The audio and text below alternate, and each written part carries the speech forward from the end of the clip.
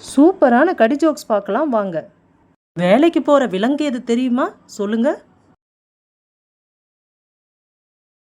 பனிக்கரடி தாங்க. ரொம்ப காஸ்ட்லியான கிழமை எது தெரியுமா? வெள்ளிக்கிழமை தான்.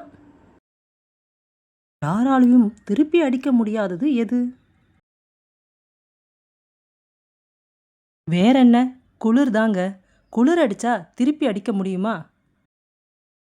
ஒருவர் எந்த நேரமும் எல்லோரையும் திட்டிக்கிட்டே இருக்காரு, ஏன்? அட, அவர் தாங்க திட்ட அலுவலராம், அதான்.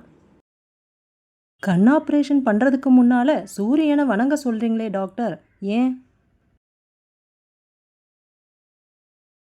ஏன்னா கண் கெட்ட பிறகு சூரிய நமஸ்காரம் பண்ண முடியாதுல்ல, அதுக்கு தான்.